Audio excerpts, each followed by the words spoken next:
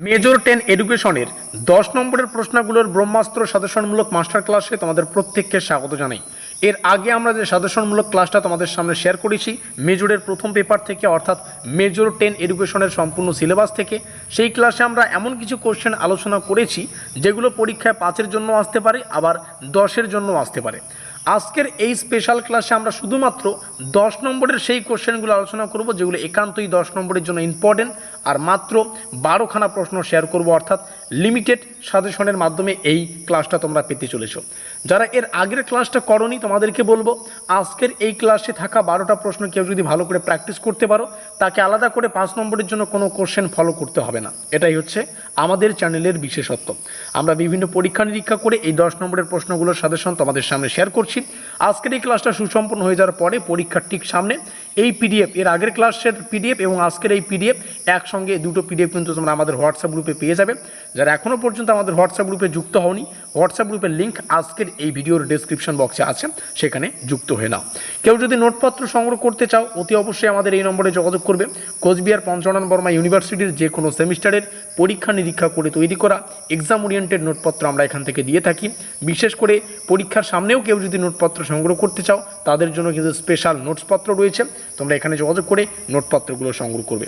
চলো গুরুত্বপূর্ণ প্রশ্নাবলীকে দেখে নিচ্ছি। প্রথম যে প্রশ্ন সেটা মোস্ট ইম্পর্টেন্ট। প্রশ্নটিতে জানতে চাইছে discuss the concept, scope and importance of measurement and evaluation in education. Most important একটা কোশ্চেন। পরিমাপের বিভিন্ন স্কেল যেমন নমিনাল, অর্ডিনাল, ইন্টারভাল, রেশিও, এই প্রত্যেকটা বিষয়ে ভালো করে পড়ো। পরবর্তী কোশ্চেন, এখানে ইংলিশ ভার্সনটা আছে।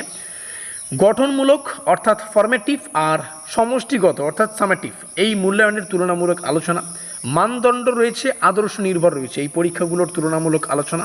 শিক্ষায় মূল্যায়নের ভূমিকা most important. Discuss the role, তারপরে কার্যাবলী মানে ফাংশনস, তারপরে প্রয়োজনীয়তা মানে এখানে ইংলিশটা রয়েছে।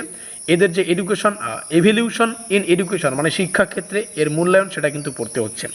একটি ভালো পরীক্ষার বৈশিষ্ট্য হিসাবে নির্ভরযোগ্যতা, বৈধতা ও বস্তুনিষ্ঠতা আলোচনা করো। পরীক্ষা নির্মাণ ও প্রমিতকরণের মূল নীতি বিশদে আলোচনা করো। শিক্ষক নির্মিত পরীক্ষা ও প্রমিত পরীক্ষার তুলনামূলক আলোচনা করো। মোস্ট ইম্পর্টেন্ট প্রশ্ন। কৃতিত্ব পরীক্ষা, রোগ নির্ণয় পরীক্ষা এবং মনস্তাত্ত্বিক পরীক্ষার তুলনামূলক আলোচনা। প্রক্ষেপণমূলক ও অপ্রক্ষেপণমূলক ব্যক্তিত্ব পরীক্ষার বৈশিষ্ট্য ও ব্যবহার পড়বে। মনোভাব পরিমাপের ক্ষেত্রে লিকার্ট স্কেলের নির্মাণ। এই লিকার্ট স্কেল 10-এর জন্য মোস্ট ইম্পর্টেন্ট একটা কোশ্চেন। আর যেমনটা বললাম এই ক্লাসটা কেউ যদি করো, তুমি যদি একটু কম প্রশ্ন প্র্যাকটিস করে পুরো সেমিস্টারটা পাস করার চিন্তাভাবনা করছো, তোমাদের বলবো আর কোনো ক্লাস করতে হবে না। এই 12টা কোশ্চেন ভালো করে পড়ো। 5-এর প্রশ্নও এক্সট্রা করে কোনো কোশ্চেন দেখতে হবে না, ঠিক আছে?